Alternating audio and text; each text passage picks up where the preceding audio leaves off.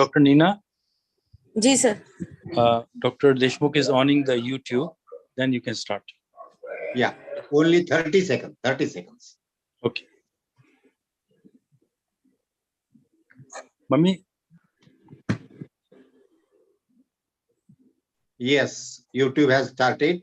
Please proceed. Good morning, everybody. So we are thankful to our presidents, Dr. Deshmukh, who is the president of Microbiology Society of India, and Dr. Swaranjit Singh, who is the president of Microbiology Society of India, Chandigarh branch.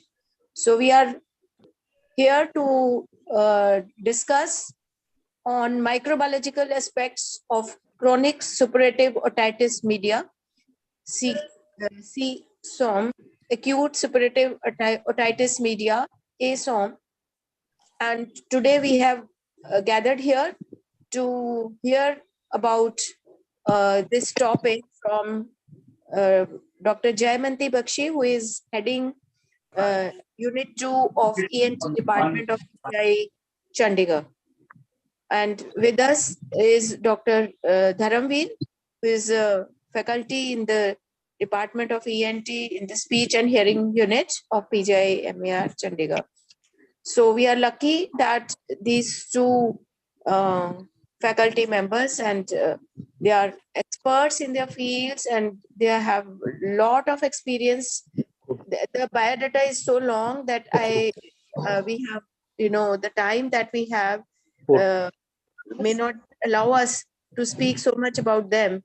So they keep on, spreading messages related to, ENT, speech and hearing, and they do many community services at their own level also. So we thank to them for their presence wherever we require them. It is in collaboration with SAS Polyclinic, Free Polyclinic, and Director Dr. Saranjit is here to give us this opportunity to speak on this platform. Thank you so much, sir. Please. so Nina, can I speak for 2-3 minutes? Yes, sir. Yes, sir. Please. Okay. Thank you very much for the nice introduction, Nina. Microbes and microbiome is in our whole body. It is in the ears, in the nose, in the mouth, and in our stomach. And microbiome is very, very important for us. So today we will study the microbes in the nose and in the ears and in the throat. Microbes are important parts of our body. About 2.1 kg of our body weight is microorganisms, and they reside in many parts of our body. Even our skin is having microbiome, and microbiome is the first in the body defense, in the defense of the skin. Microbiome are beneficial bacteria. They kill the pathogens. They kill the bad bacteria. So microbes are the first line defense mechanism of the skin, and skin is the second defense mechanism. Now, in ENT studies, microbes are found in the ear, nose, and throat. CSOM are neglected clinically. They are not well studied clinically. Corynebacterium, Staphylococcus, Propionibacterium are in the ear canal. The nasopharyngeal samples have Haemophilus and Streptococcus. Nasal microbiome is a diverse community found in the nose and sinuses. They can be detected shortly after childbirth. The beneficial bacteria are found in the nose. Nasal microbiomes guard against allergies and even against chronic sinus inflammation. Beneficial bacteria or good bacteria like Bifidobacterium, Lactobacillus species like Lactobacillus acidophilus, Lactobacillus brevis, Lactobacillus kisai, Pentum, Parachisai, and Lactobacillus salivarius, and Streptococcus thermophilus reside in the ENT section. Streptococcus thermophilus is thermophilic in nature, and it can grow above 40 degrees centigrade. The good bacteria fight off bad bacteria. They restore balance of bad and good bacteria and make you feel good. You feel very healthy because of the probiotic bacteria. Good bacteria boost our immune system. They control the inflammation of the ear, nose, and throat. They help in digestion of food. Now, what are the foods which provide us the good bacteria, that is lactobacillus and other bacteria which are beneficial to us? The very common source is yogurt, curd, kefir, fermented cabbage, soya bean paste, kimchi has lactobacillus lactis, and it is in the cabbage. Khira, cucumber, pickle of cucumber in salt and fermented is a very, very good probiotic. Then the Indian buttermilk, especially in which is fermented. This is a very good source of probiotics. So we must take cheese like cheddar cheese, mozzarella, and Gouda cheese. They are very good sources of probiotics. So to treat the inflammation and other infections of the nose, throat, and ears, we must take a very good probiotic food also. Of course, medicine still work, but if you take good food, you'll get a lot of benefit in fighting the bad bacteria of ENT. Thanks. Thank you.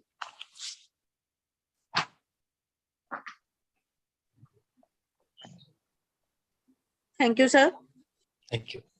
for the introduction and giving a lot of information in such a short time and few words. So that is very nice of you, sir. We now expect Dr. Dharamveer to start, or Dr. Yes. Chairman? Dr. Dharam will present, and then we will discuss with Dr. Bakshi about all that.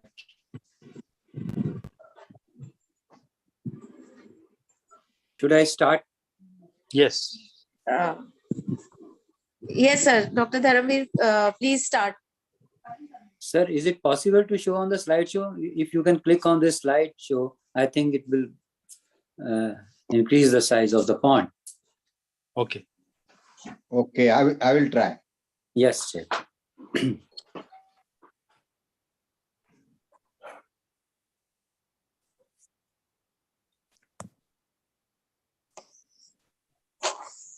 It is already on slideshow mode, Dr. Dharamveer. Yeah, Okay. it is already on slideshow. It's okay. Okay. Yeah. So we are going to start. So thank you very much, Dr. Swaranjit ji. You have given me this opportunity to present my topic. This is the topic. Basically, we have just previously done one study with our MTech student from PJU, who was going to ask me something about this culture of that pus, whatever pus is coming from the ear. So then I just suggested that why can't we just compare this pus with our audiogram? That is our, as you know, the hearing is threshold is we are measuring from 20 hertz to 20,000 hertz. We are listening over whatever the frequency in our routine day-to-day life. So we just try to compare the threshold variation with a different pathogen, whatever we are getting through culture in this study. So this was the main thought behind this study. Microbiological aspects of CSOM and ASOM means that is CSOM is chronic suppurative otitis media and ASOM means acute suppurative otitis media. Next slide, please.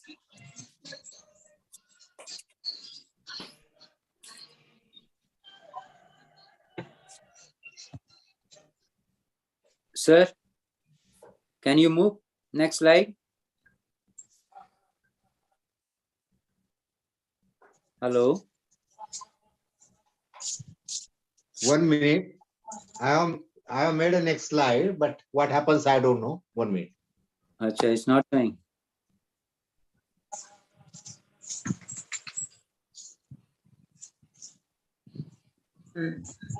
Should I share from my screen? 1 minute. देख लो doctor साहब आपसे होता है तो. They have disabled from there, no? Okay. Disable किया है. Yes. Yes. Thank you.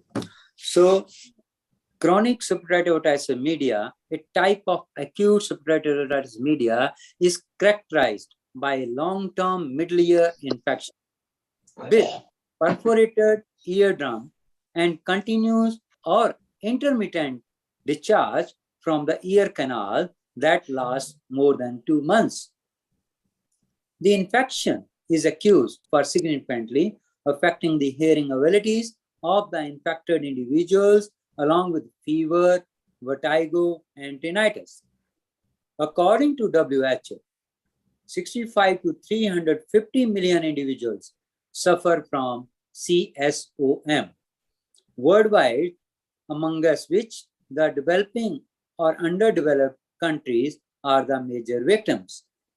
According to WHO,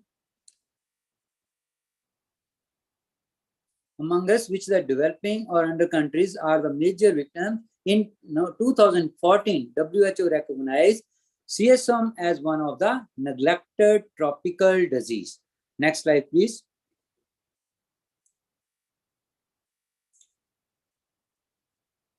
In this, we can see the recurrent episodes of acute otitis media, age, poor access to otological services, poor hygiene practices. These are the risk factors for the organism involved. Immunodeficiency. Hearing impairment is considered to be conclusively associated with the condition of infected draining ears. Thus, the knowledge regarding the degree of hearing impairment obtained through the audiological testing of the infected individuals and the pathogenic isolates obtained from the pus samples of the infected ear can be correlated to map the association of infection with the clinical manifestation. The most frequently found microorganisms in CSM pathology are Pseudomonas, Aeronacea, Staphylococcus, Klebsiella, Aspergillus, Praetus movia, etc. So these are the main bacteria we have found in our study. Next, please.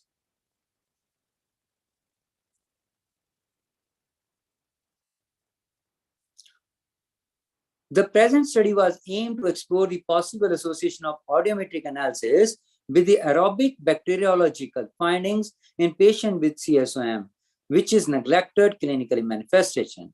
Objective of this study was to identify the etiological agents from the ear discharge samples collected from patients suffering from chronic suppurative otitis media, to determine the antibiogram of the pathogenic isolate through Kirby discuss fusion assay and microbore dilution assay for checking minimum inhibitory concentration, to assess high frequency pure tone audiometry of patients to detect their hearing sensitivity and thresholds, to map the aerobic bacteriological aspects of the infection with audiometry findings in CSOM subjects. Next, please. The study was carried out in patients presenting with chronic or recurrent ear discharge on clinical examination in Department of Ear, Nose, Throat, PGI, Chandigarh. Sterilized ear swab were used to collect the ear drainage samples from 14 study participants for the culture and antimicrobial susceptibility testing. The ear swabs of the affected ear were taken by mopping the external ear canal with the sterile cotton wool swab stick and keeping in sterile test tubes. Therefore, these samples were immediately transported to the lab to assess its bacteriological profile through culture-dependent and culture-independent approach. Next. In total, isolated 28 bacterial samples from 14 ear discharge patients. Among us, these 71% of isolates were gram positive and 29% were gram negative. Based on the culture, morphological, and biochemical test results, the isolated organisms belonged to major 6 gems. These include Pseudomonas, Klebsiella, coagulase positive, Staphylococcus, coagulate negative, Staphylococcus, Bacillus and Cryobacterium separate. Here we can see here the gram negative 29% and gram positive 71%.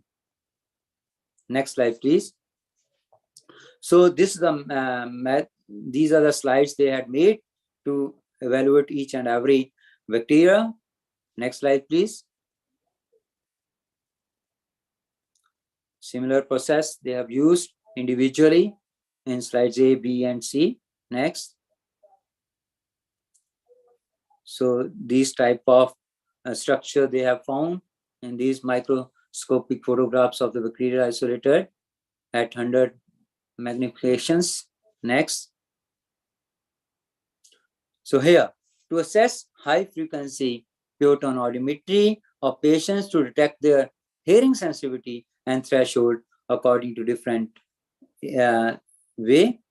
Normal range was we have found in 21.42% and mild hearing loss 28.57% and moderate hearing loss 28.57% and severe hearing loss we have found 7.14% and profound is also the same.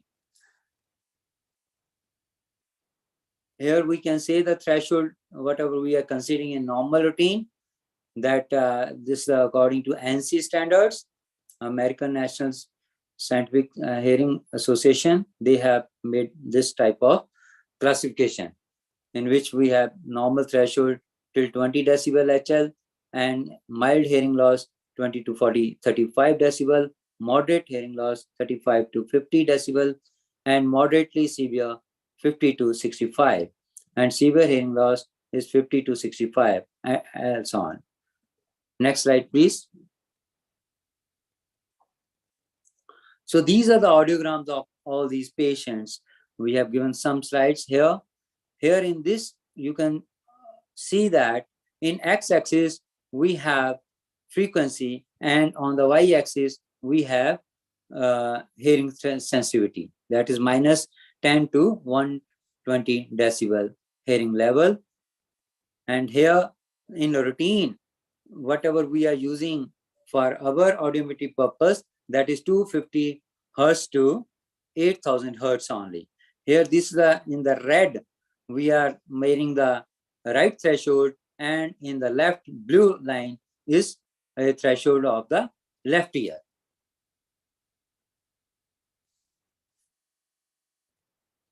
So how we just done the mapping, you can see that mapping of the clinical isolated with radiological findings was carried out by calculating the average hearing loss in decibel across all individuals whose culture revealed the same kind of organism. In this mapping, average hearing loss in all the patients revealing P, orognosia, in ear discharge at each frequency was calculated. Similarly, average hearing loss in all the patients revealing S, RS or K pneumonia in ear discharge at each frequency was calculated. Here you can see the threshold variation in each organism, like pseudo-ergonosa, maximum and minimum hearing loss at particular frequency, 36.66 to 91.66 decibel, and Staphylococcus aureus 28.75 to 65 decibel HL, and Klebsiella pneumonia 20 to 65 decibel HL, cones 22.50 to 63.73. So like this, the minimum to maximum threshold we have found in all these bacteria. Next slide, please. Here also you can see in this, visualize. Next slide, please.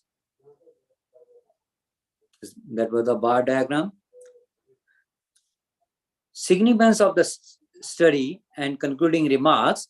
The aforementioned data thus points towards a potential association between the audiometric findings of the patients and aerobic bacterial isolates. The audiological test can directly reveal the existence of a potential pathogen in the ear discharge sample. According to PTA, pure tone audiometry, the current study is showing highest degree of hearing loss revealed infection with P. aeruginosa, followed by infection with S. aureus and K. pneumonia as per the having degree of hearing loss. Next slide, please. The antibiogram profile observed in the current study can assist the making future strategy for advocating antibiotics such as gentamicin in case of P. aeruginosa infection, clindamycin or gentamicin in case of S. aureus infection, and meropenem and gentamicin in case of K. pneumonia infection. However, the current investigation is a pilot study that only considered a small number of patients. In this context, a large sample size needs to be evaluated to extend this potential correlation in order to validate the observation derived from the present study. This is the paper we have submitted in a review article that is accepted. This was a review article only. Thank you. Thank you very much, everyone, for listening and giving me the time. Thank you.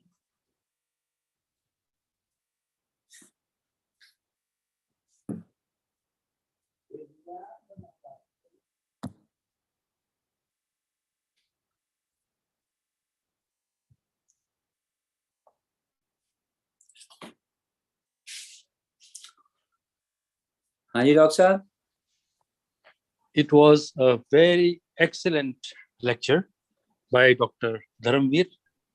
We have gained so much insight about the subject. And I'm so happy to note that very good microbiology also was done in ENT. And many of our viewers will benefit by this work. And more medicos will be encouraged by your work. Thank you so much, Dr. Dharamveer. Thank you. Thank you very much. So now we can have a discussion on the topic. Good. So, Dr. Bakshi. Dr. Yes, Bakshi? Yes, sir. Yes, sir. We can now have a discussion a bit about sometimes there is a pus in the ear. So what is that pus? Why it is caused? So, first from the ear or discharging ear is one of the condition. Yeah, Yes. one of the condition which is common in our country, and Right. It is defined as acute suppurative otitis media when the pus discharge from the ear lasts for around a month or 4 weeks. Right. And there is a perforation of the eardrum through which the pus is coming out. So it is Right. defined as infection of the middle ear with perforation of the tympanic membrane, which can lead to pain in the ear. It can present with hearing loss, and there will be pus discharge from the ear. So Yes. when the discharge lasts more than a month, then it becomes chronic suppurative otitis media, which is also known as CSOM. Right. So it is a very common condition in our country, as Dr. Dharamveer has already pointed out in his presentation, that Yes. it is affecting around 65 to 350 million people in our country are affected by CSOM, chronic suppurative otitis media. So it accounts to around 60% of the people who have CSOM, they present with hearing loss, significant hearing loss. So it is a big disease burden in our country, and it affects commonly the children less than 18 years of age. So it is common in that age group. Right. And it can present with, patient can have tinnitus, sometimes patient can have vertigo. Yes. So CSOM should not be neglected. It is one of the neglected condition, and sometimes patients don't seek advice for this disease. But when they observe some complications like vertigo, and they can have tinnitus, that is sound coming out from the ear, or very significant hearing loss, so that they cannot communicate normally. So in that situation, patients come to us for treatment. Okay, one more small question. Sometimes we hear a lot of noise in the ear, lot of noise, and when we blow air, it opens up. You feel that it is blocked, but when you blow the air, it opens up. What is that? Yeah, so that is because of obstruction of the eustachian tube, which can lead to a block sensation in the ear. So we feel that our ears are blocked, and there is some deafness also, and we can hear some sound also in the ear, which is known as tinnitus. So when we put positive pressure through Valsalva, which will open up the eustachian tube. So there is a positive pressure in the middle ear. So, and there is equalization of the negative middle ear pressure with the positive pressure in the nasopharynx. So as soon as the eustachian tube opens, there is equalization of the pressure of the middle ear with that of the environment, and we feel that our ears have opened up. Yes. And this happens in aeroplane also sometimes. When Yeah, you go, yeah. May I ask one question, please? So it occurs because of obstruction of the eustachian tube. Right. And there are many causes for obstruction. If you are traveling when you have acute upper respiratory tract infection, so that can lead to edema of the eustachian tube opening and blockage of the eustachian tube. So we advise the patients Right. not to Right. fly during common cold or during acute upper respiratory tract infection. Yes. Yes. Yes. Yes. I want to ask. Read somewhere. I want to ask one question. Please. Yes, sir. I want to ask one question, please. I want to ask. Doctor has discussed about the role of bacterial pathogens. I want to ask question whether there is a role of any fungal pathogens in otitis. Yeah, fungal pathogens can also lead to chronic suppurative otitis media.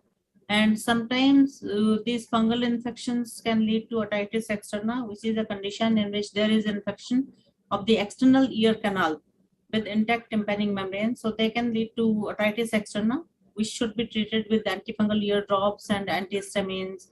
So the common fungi which can cause infection in the ear are Aspergillus species, Aspergillus fumigatus and Aspergillus species.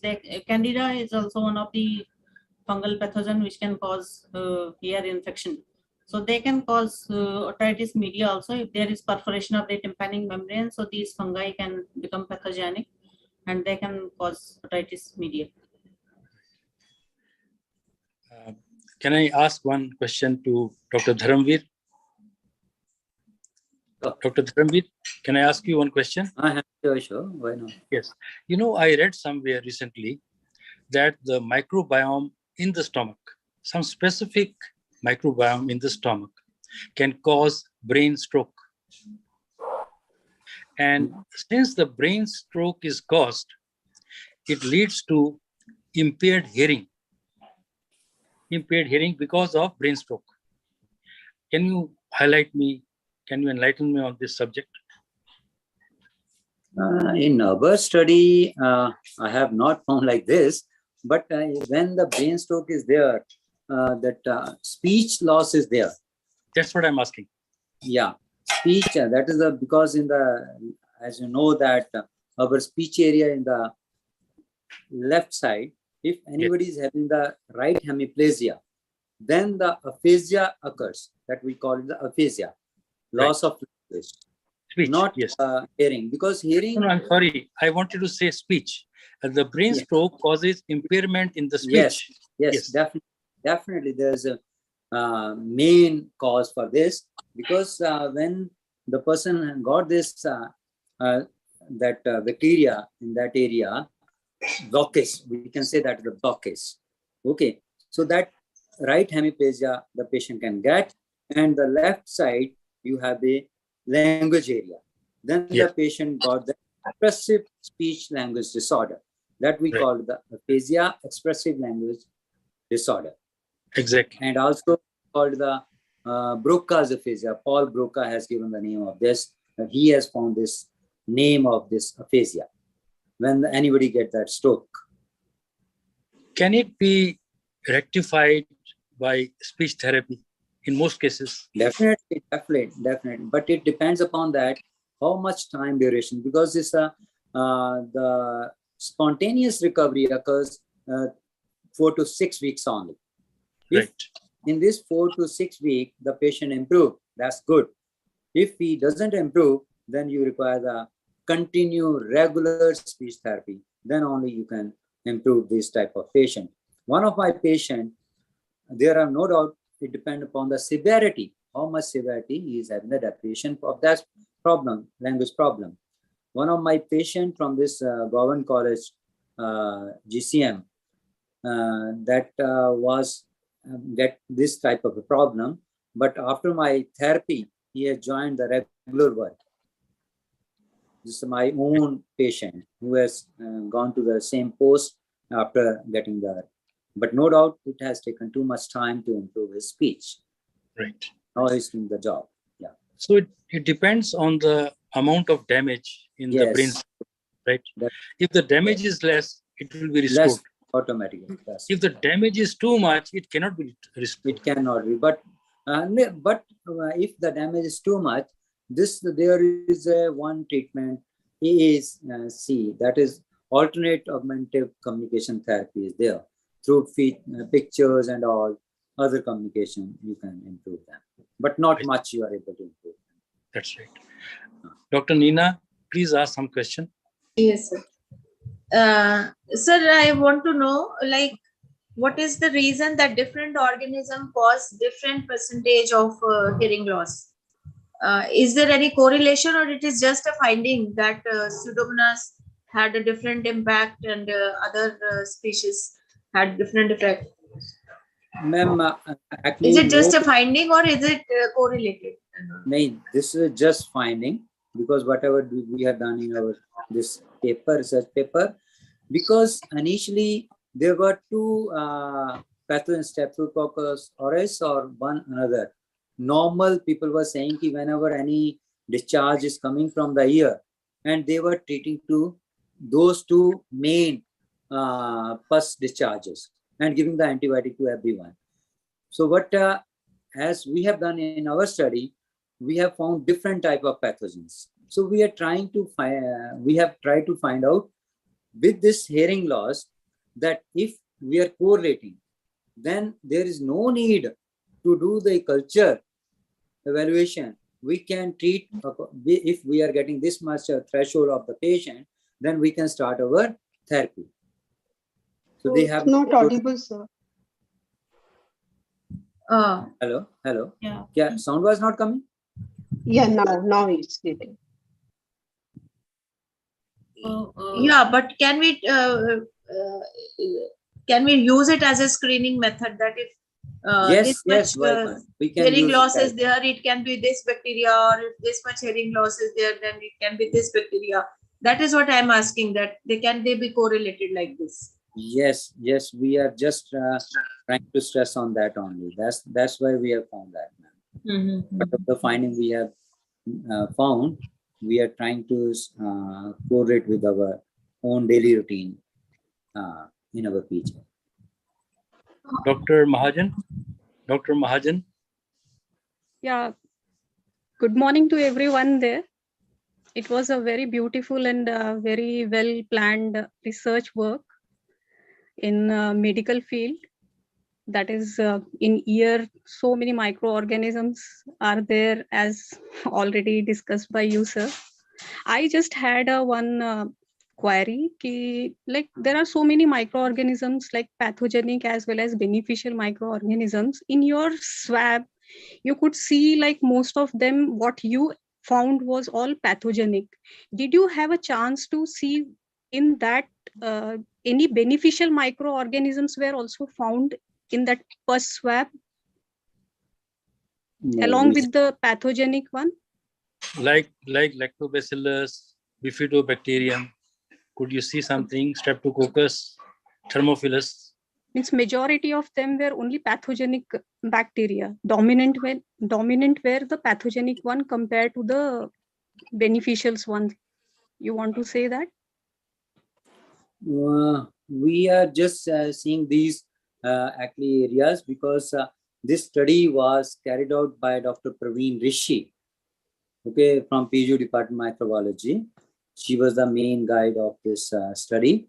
So whatever the thing we have found, we have just highlighted that, because I am not a microbiologist. I am from the this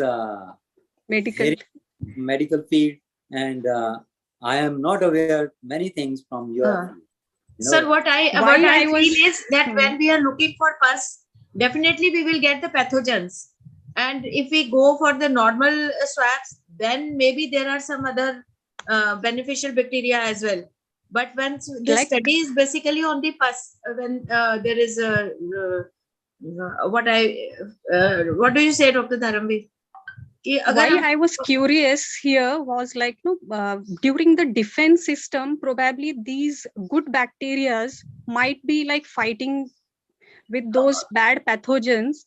Yeah. So I was curious to know, like in future, if these bacteria can be used as a consortia for like protecting from that hearing loss or something. But then we isolate them when the person is normal. If we look for such conditions, that is already pathogenic. That means they are already infected and they are overpowered by the pathogenic bacteria only. Pathogenic bacteria means so there is a very less possibility of finding good pathogens in that very drastic situation. I think pathogen will never be good. Pathogen is a pathogen. It causes disease. Am I right, Dr. Bakshi? Yeah, you are right. Yes, so once there is first discharge from the ear, so pathology is already there. So all the bacteria, whatever we are isolating, they are all pathogenic. If we want to see the normal bacterial flora, if we want to see the normal bacterial flora of the ear, then we can have a comparative study. We can do some ear swabs from the normal people who don't have discharge, and we can do the culture on those swabs, and we can find out normal bacteria. Yeah, some consortia, like whether there is any symbiotic association between non-pathogenic and pathogenic bacteria, that kind of work could be taken further, like any antibiotic secretion is there from the like good bacteria where it is helping to defend the system. Yes. Yeah. That is. I think that study can be done. I think that's a good idea. Yes, it is. And one more thing I wanted to ask, like in the last few slides, there was something like antibiotics were. Yes. Dr. Mahajan, carry on. Yeah, one more thing I wanted to ask, some antibiotics were discussed, like gentamicin and some other like no, already these antibiotics are being used for ENT purposes. Like, so I wanted to know whether any antibiotic sensitivity tests were carried out, or are you planning for future studies with these pathogenic bacteria? We are routinely doing antibiotic sensitivity on the culture specimens. So we give only targeted antibiotics. So if we find Pseudomonas infection, so for that we give cephalosporins, which are better antibiotics, because gentamicin is ototoxic drug.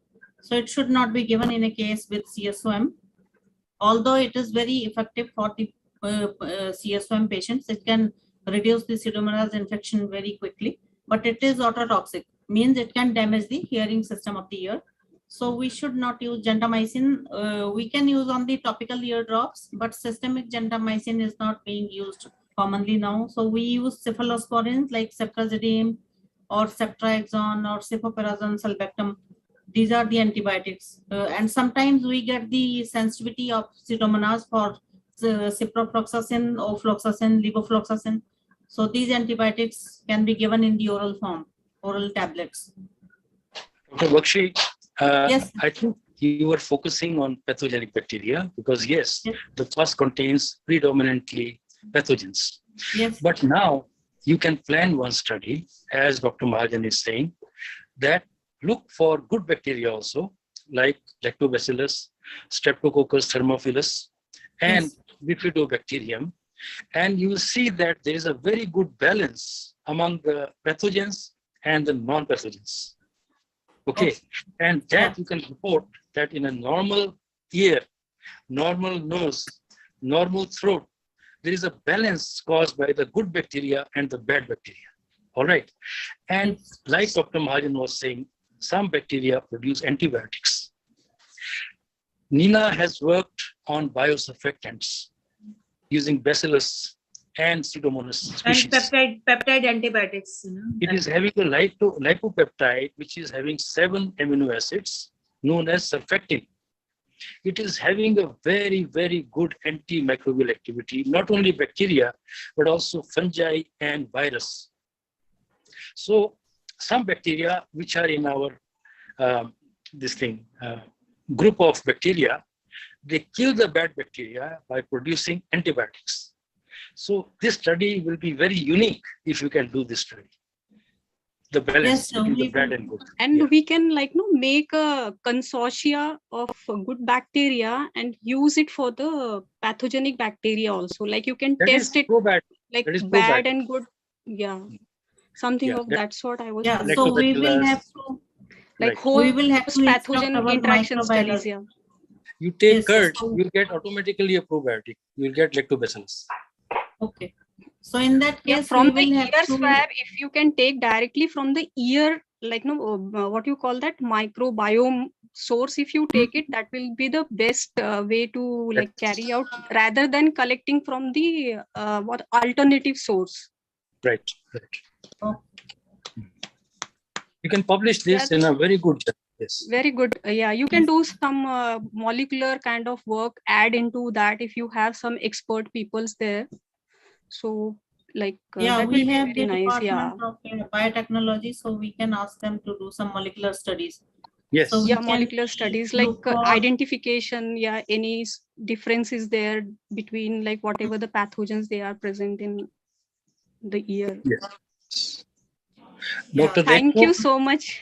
Thank you so much for patience addressing. Dr. Deshmukh, please ask something, then we will conclude.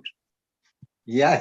Actually, I raised a hand to ask the question, but ma'am has already given answers. Okay. Because regarding gentamicin, as I know, it adversely affects 8th cranial nerve and affect negatively on hearing ability. So ma'am has told that gentamicin should not be used. That's correct. And second, most important question I would like to again, already it is discussed, that test the antibiotic sensitivity. And you will come to know antibiotic resistant microorganism in the otitis. So there is a possibility now. There is a development of antibiotic resistance now. So that can be studied further. That is the only suggestion. Thank you. Thank you. Any viruses that you could see? I doubt. No, Viral kind of viral. No. no, no, And no. even you can try to club in like bacterial and fungal. Like, is there any like no funguses also are very important ones. They also have like antifungal properties. No, so in that also you can try, ma'am. We have seen the fungal pathogens like Aspergillus flavus and Aspergillus fumigatus and Candida. In some of the first samples, we do get these fungal infections. But for looking for the viruses, we need to do RT-PCR and other tests, immunohistochemistry and RT-PCR. These are the techniques which can detect virus in the pus. So that we have not done because that becomes a lengthy procedure and it will take a lot of time for doing the RT-PCR on the first sample. Okay. If there is no more question, then Dr. No, Neema, Prakash, we can Prakash conclude. Halami want to ask एक the We can question. conclude. Sir एक मेरे को पूछना था. Prakash Halami Please, also want please. to ask the question. Can I have 1 minute to Yes, ask? please, please. Ma'am, like what is the difference between although it is different, I know biochemically, wax or pus. So pus is basically because of infection and wax may be because of other reasons as well. Yeah, wax is the natural secretion by the ceruminous glands in the external auditory canal. So the skin of the external auditory canal has some glands which are known as ceruminous glands. Like we have sweat glands in other parts of the body. So in the ear canal, the skin has some small glands, ceruminous glands, which secrete wax. So wax includes the secretion by the ceruminous glands and it includes the desquamated skin. There is a natural process in the external ear going on which removes the dead skin from the ear canal and from the tympanic membrane. That skin is shedded out automatically by the action of the hairs. So wax is basically accumulation of those secretions. It is not pathogenic. Wax is a normal phenomena. We can see wax in normal people also, and it becomes pathogenic only when there is super added bacterial infection. Yeah, this Like- can lead to infections. Yeah, it Cause can of lead to infection if there is water is entering into the ear and you are cleaning the ears frequently with ear buds. So wax gets pushed backwards instead of normally coming out. It should not get deposited in the ear canal. So then it can become pathogenic. But the reason for wax to come out or to be excreted is that excretion of wax is some allergic reasons or otherwise normally It is a normal physiological process of the body. But in some individuals, there is excessive secretion of the wax. So it is their body which secretes excessive amount of wax and it tends to get accumulated in the ear canal. So every person has a different tendency for wax secretion, but it is a normal physiological process. No, but then it And if gets you- removed automatically. Otherwise, Yeah. in our age, like I last year, I had, feeling of hearing loss that I'm not able to hear. And then you got to know that wax has been accumulated and then it was removed and then it was okay. So that is not called as hearing loss. That is just a temporary phase that, right. But in case Temporary of because of in case of wax, us, excessive wax it becomes a accumulation. permanent hearing loss. So if you clean your ears regularly while taking bath, so people have a fear that we should not put water into the ear. But whenever we are taking bath, we should clean our ears regularly with water. We should put some water so it tends to come out itself. Small amount of wax will come out itself by cleaning with water regularly, and you can clean with earbuds once in a month, not frequently. And there is automatic process in the ear canal which pushes the wax outwards towards the external surface, and then with water it will come out. But some people have fear that you should not put water in the ears. So for years together, they will not wash their ears. So in those people, the wax will keep on accumulating in the ear canal. And one day it will become a big ball of wax, which can cause deafness. So you will feel pain and blockage in the ear, and it can lead to temporary mild conductive hearing loss. So in that situation, you should go to an ENT specialist and get it cleaned, either by syringing or by, it can be taken out with wax probe in the clinic. Yeah, but sometimes the common man when uses there's hairpins and earbuds, and then they sometimes damage their own ears because they don't know how. Yeah, that should not be done. So we advise So- people not to use earbuds and not to use hairpins to clean the ears. Yeah, So but can't we health make it training a should be avoided. campaign to teach people, because common man doesn't know anything. They just keep on using different materials to clean their ears, rather than what you are saying is washing properly, and that is more important. Yes, yes, yes. Thank you, ma'am. Thank you. Thank you, sir. Then you can continue to. Dr. Halami want to ask one question. Dr. Halami, please.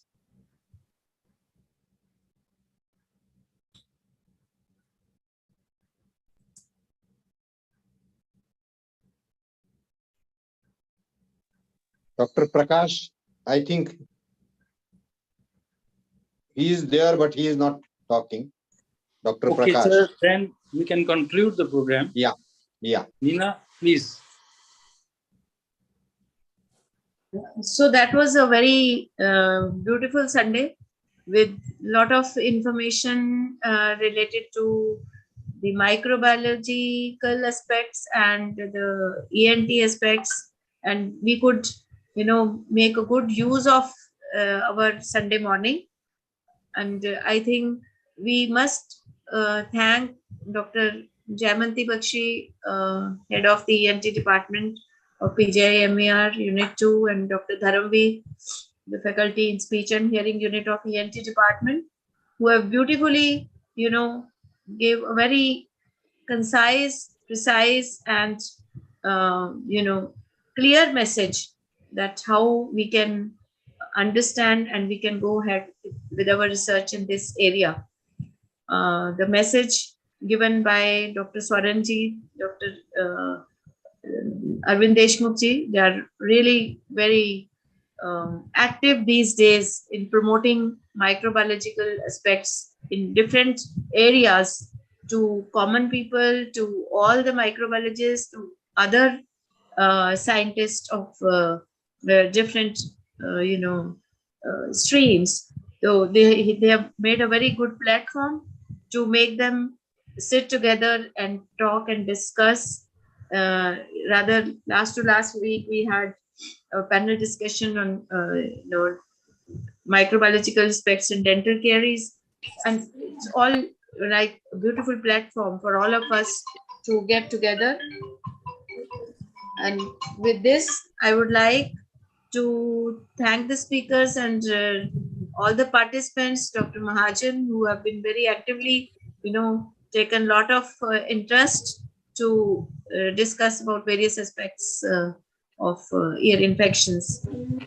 I thank all of other students of Rayadbara Dental College, also who have participated, and the other participants who are here, even the faculty, microbiology faculty of Rayadbara Dental College, Sanskriti Madam, and we are thankful to everybody on this platform. Thank you so much, Dr. Sanjay sir, Dr. Deshmukh sir, for making this happen.